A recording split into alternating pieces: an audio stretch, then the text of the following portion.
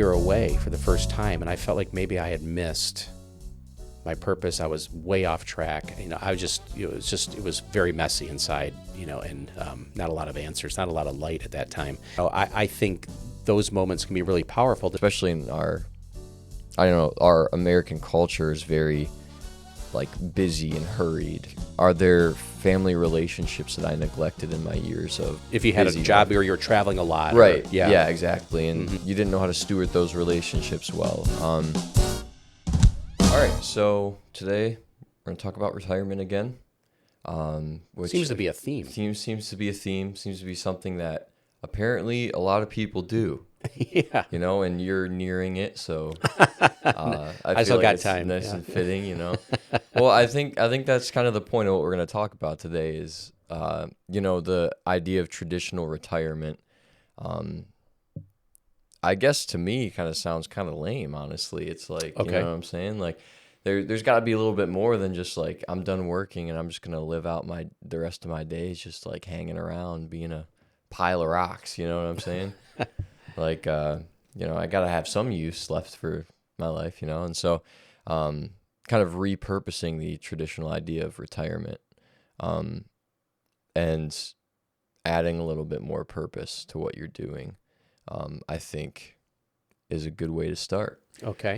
So kind of you came to me with this idea not too long ago, and I thought it was a cool topic that we could talk about. So if you kind of want to give us a little bit of an overview of kind of the idea, the heart of the conversation today. Well, it kind of came out of a memory I had when I was a younger man, and I was a youth pastor, just a young kid. I was in college at the time too, taking classes, and through a pastor that I was friends with, he introduced me to a gentleman. His name was Don, and Don was kind of like a volunteer in his church, but I remember hearing his story, and he was talking about how when he first retired around 65 years of age, and thought, man, I'm going to get my golf game in, and which he did. He's on the golf course, and about 2 months in, he's like, after 2 months, I was in my bathroom regrouting the tile, and then I was alphabetizing everything in my garage, and, and kind of going through here. And his wife is like, "Honey, maybe you need to find something that doesn't just deal with your tools and Sharpie markers and measurements," and kind of pushed him out the door a little bit.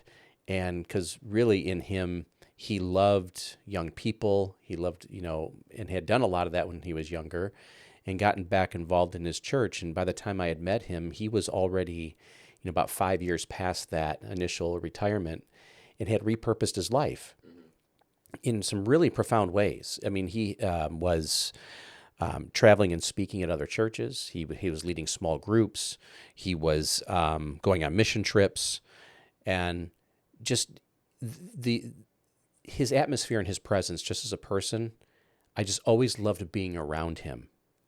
And after we met, he just immediately took me under his wing and says, "Oh, let's get together and have lunch." And so we'd have lunch, and he'd talk to me about my ministry, and he would just, give me advice. And he just did a lot of small things that added up to a whole lot. And I know when he passed away years later, it wasn't too long ago, the funeral was packed with people from everywhere. The profound impact he had. And so that always just stuck with me, that, you can retire at 65, which is pretty much the average age people do. I mean, I know it can vary. Right. There's a lot of people now we talk to that would love to retire in their 50s, right. and want to talk about it. And then there's some people you talk to like, we just had a guy this other week, I'm never retiring. Retire. I love what I do, and I'm going to keep doing it till I'm 90. Okay, hey, more power to you, keep doing it. If that's your purpose, right? And so, at 65, if that's the average time, a lot of people are now living, if you make it to 65 now, there's a 50% chance as a man you're going to live to 85 or past 85. Yeah. If you're female, a couple of years past that. So, we sometimes talk about, longevity being a risk, but it can also be a blessing, because if you retire then, you got another 20, 25 years. That's like a whole third act. You've got a whole nother couple decades where you can really be engaged in affecting people's lives in a whole new way. So Right. that his story always stuck with me that way. Like, wow, he was a full throttle on the gas for the duration. Yeah. And I think that just reinforces more so as we talk about this, why planning for your retirement is so important. Because no one wants to spend their, well, wouldn't even know if it's retirement, um, stressing about finances and things like that. Whereas they could set themselves up planning ahead so then they can do the things that we're going to talk about today, and they can spend their time Yeah. in a more beneficial way than trying to scrounge up the money to be able to do the things that are important. Yeah. It kind of gives you the liberty and the freedom to pursue those things. Yep, exactly. Yeah. So good planning is always a good start when we were talking about this. But there's a few different ways you can look at it. But when you're starting into retirement, like you said, the gentleman that you just shared a story about, he started out, he had this whole idea of what he was going to do, and then he's like, oh wow, I have a lot more time on my hands than I thought I did. Right? Because you go from working full-time jobs, maybe a few full-time jobs at one time, and the busyness of life just keeps you going, and all of a sudden it's like it's gone and you have all the time in the world to do whatever. And so, like, what do you fill your busyness with is kind of the question, or the Right. lack of busyness with, Yeah. right? Because especially in our American culture is very, like, busy and hurried, and everything happens so fast now that it's almost like you don't, even if you did have the time to breathe, you didn't have the option to, Yep. I think you're right. And I think because of that, not for everybody, for a lot of people, though, a lot of the maybe some of the passions or desires that people have, all of us have them, get buried sometimes underneath that busyness with the responsibilities of the job we're working and the pace of life, and that sometimes that desire to paint or write or do some of those other things just kind of fell by the wayside. And sometimes I've heard people tell stories that when they retire, some of those things begin to reemerge again. They begin to come back to the surface. And, I think those moments can be really powerful to say, maybe you've always felt like you wanted to write ever since you were maybe real little, but maybe now is the time to do it because now you have all this life experience. Maybe now is the best time to put all that down to paper because you have more years behind you, and maybe you have a better way of communicating it. Maybe this is the season for that. And to not be afraid to pursue those things and to really look inside to say, what is it that what do I want? And what do I feel I can contribute that would be beneficial to others or just maybe therapeutic to yourself? Right. Yeah. No, I think that makes a lot of sense. And then there's also, like that's more looking towards the self, like, filling the time with like what I could do for me, maybe something, a long lost hobby or a passion that I had. That God planted in there deep, long ago. Right, Mm-hmm. exactly. Mm-hmm. And not that it's wrong to look Mm-hmm. at yourself and do those things, Yeah. There's a lot of time, believe it or not, in the day. Even though it feels like there's not enough time in the day, Mm-hmm. there's always enough time. There's always a lot of time in the day still. Yep. But also, I think, I don't know, maybe someone who's wired more like me, I think my first initial thought is like, okay, where could I be putting in my time for like the benefit of others as well? Mm-hmm. Not that I'm saying like I'm so selfless or anything. Like I would also think about like what I could do for myself. Sure. But I'd also be thinking, okay, where could I put my time in? Like who needs me as well? Mm-hmm. Like, are there family relationships that I neglected in my years of just If you had busy a job life? or you're traveling a lot. Right. Yeah. Yeah, exactly. And Mhm. you didn't know how to steward those relationships well. Mm-hmm. Is there a role in my church or my community that needs to be filled? And I feel like God's saying like, hey, Like you're equipped to fill that position and do it well. And now you have the time to do it. Have I neglected my marriage? Like like these different things, relationships with my kids, things like Grandkids probably in that grandkids at that phase point. of life. Yeah. Exactly, right. Mm-hmm. And so it's kind of almost a good point to like refocus your vision or Yep. whatever, you know, and Right. because Like it's Don gotten would off. call it, he would call it, he realized it wasn't retirement. It was refirement. I was getting refired. I was rekindled to Right. Yeah. take on the next phase. I'm like, that's a great Yeah. analogy or Right. wordplay. It's like a season where you can refuel that fire inside of you. Um, and so I don't know if you have anything to say to that, but I think that's also a really important part of it. Yeah, I think too, like if maybe, if you're going to take on a new role, like you see, oh, there's this need, and maybe there's a part of you that doesn't feel equipped. Okay. Maybe you need to acquire a new skill, and I've heard a lot of people say, oh, I'm too old to learn anything new. I've kind of, they feel like I don't know. It's amazing 15 minutes a day what it can do. If you put yourself to learning something, just take 10 or 15 minutes a day after a month, that short amount of time, if you're just consistent, that compounds into learning a lot. Like you can learn a lot in a short amount of time.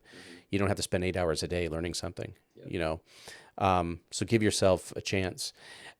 It's also, I think, important to look at this from the standpoint of, I know medically it's been proven that for your health and your well-being, it's good to be engaged and to put yourself forward to do these kind of things. It helps keep the life flow, going. I know that a lot of longevity can be tied back to how active they were. I mean, I know a lot of people try to get involved like in pickleball group leagues and things like that, which is good. Be active, move around, go for walks. That's all good. Eat well if you can, change your diet if you need to. But it's also being engaged in the relational aspect, like you said, with people and having purpose of pouring in and feeling like you're giving something to other people. That also has an incredible impact on your overall health. Right. And not giving up on like yourself or the sense of like growth, I guess. Like we're still always, I heard this, so I heard someone say it one time. It's like, don't forget that when you were growing up, your parents were also growing up as well, and if you take that a step further, like somebody who's retiring they're still growing up and becoming more so themselves if they so choose, or they could just be like, you know what, I lived my life, I'm just gonna like stay here. And I feel like a lot of the time when people start to just focus on themselves a lot, and that's why you meet a lot of like bitter older people, just because like they've been beaten down by life and it's hard. Life is not an easy thing. And it's kind of easy to become complacent and like give up. And I can only imagine, like there's some days I feel the same way, and I'm only in my 20s. And so I'm just like, man, they're like 4 decades older than me. And like, who am I to judge them for their decision? But then there's also people in that age bracket that I've met that are like, they're refired, like they're on fire. And I think their perspective is just the common denominator there. Like, is it on themselves purely in like just the past, or is it on the excitement of what is to come and who I am and what I can do to contribute to what is to come? Right. And I think you're talking about the power of a certain kind of choice, the choice of how I choose to frame my past experiences. And do I see myself in the future? How do I see myself? And so that, because if I look ahead, I can make decisions today heading toward the picture of what I see ahead. So I think, the choices of, I think what you're coming down to, what I'm trying to say is the perspective of how I handled what did happen to me. Am I allowing it to dictate I'm just going to settle? And like you said, people who have just become bitter, do they have the opportunity to reframe their outlook, to make that change, to make that shift? Even though it's hard, can they do that? Absolutely, they can. There's hope for everybody to make a shift today if they find themselves in a place where they're just kind of settling or coasting or declining. You know, get around some people. Um, for us, we would of course encourage people to turn to the Lord, the one who made them. I mean, he is the answer and the source of all the answers we have, the one who can heal hearts. Because I think you brought up a topic too in this that can be awkward for people, like you said, address relationships that maybe were damaged. That can be hard to re-engage in those fronts, but so rewarding if you just take the risk and do it. Right. And the keeping the brokenness in the relationship there just isn't worth it. Yeah. Right. That's really not. Right. We were saying like there's a lot of time, but at the same time, life is too short to just like worry about the little things. Like so often it's like the smallest thing that we hold against people. Right. In the grand scheme of things, it feels big to us, but well, and there's in Psalm 92, I always kind of refer back to that in this subject where it says those that were planted in the house of God, that flourished in the courts of the Lord. It says that they were still bearing fruit in their old age and were green and filled with green and sap, with life all the way through because of how they were planted and how they framed. And so that's really what it comes down to, is how we frame what we see in our outlook. And it makes all the difference. Yeah. Have you had like, I know you're not quite retirement age, almost there, but have you had like, do you have any like experiences, or like, have you had like seasons of your life where you felt like maybe you weren't planted well, or maybe you were planted, but you kind of like lost a little bit of perspective and felt that pull or that desire to just kind of like settle? Or Sure. I mean, in my younger days, being in ministry, that's a tough road sometimes, dealing with people. Sometimes people are like, yeah, ministry is great except for the people, right? Haha. Right. But yeah, I went through a dark season where I just felt like giving up on just life in general, being very wounded by hard experiences or difficult relationships or betrayals that had happened. And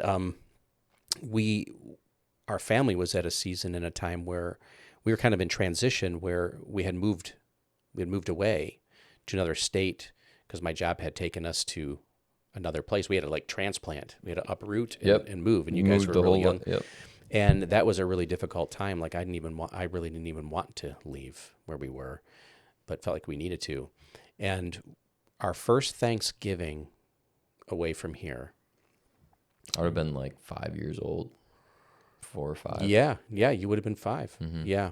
So this is a couple moons ago. Just a few moons. Yeah. And at that time, feeling like I was just, as a dad, like, what am I doing? We've uprooted. Am I being a good dad? Am I leading my family well? Did we go back home for Thanksgiving? We didn't that year. Oh, okay. So we were away for the first time, and I felt like maybe I had missed my purpose. I was way off track. I was just, it was very messy inside, and not a lot of answers, not a lot of light at that time. And I remember, and a lot of this was just internalized.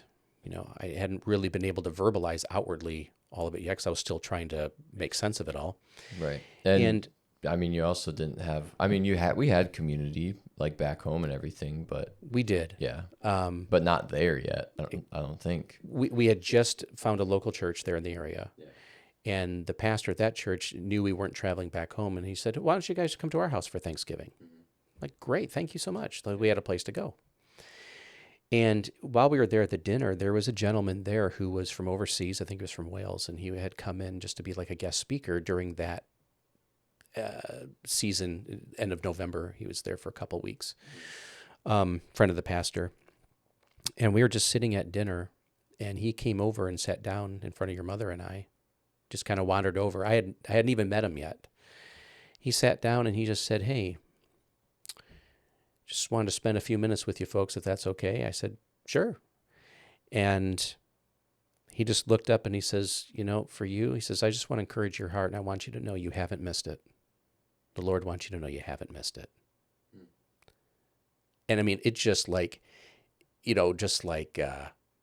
boom, like it hit me so hard. Like there's only one way he could have known that that was exactly what I needed to hear. And Right. that's if God had spoken to him. There's no other way. This guy, he was from over, I had never met him in my life, Yeah. right?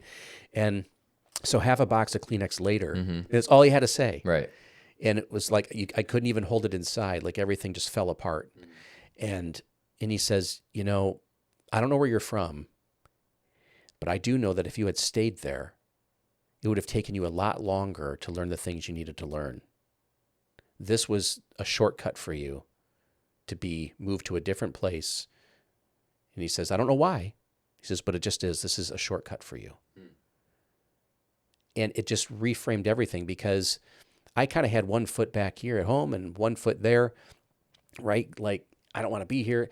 And after that happened, I just settled and resolved and say, okay, God, you're in charge. We're here now for however long you have us here. And so I just settled in, and I just began to walk the path.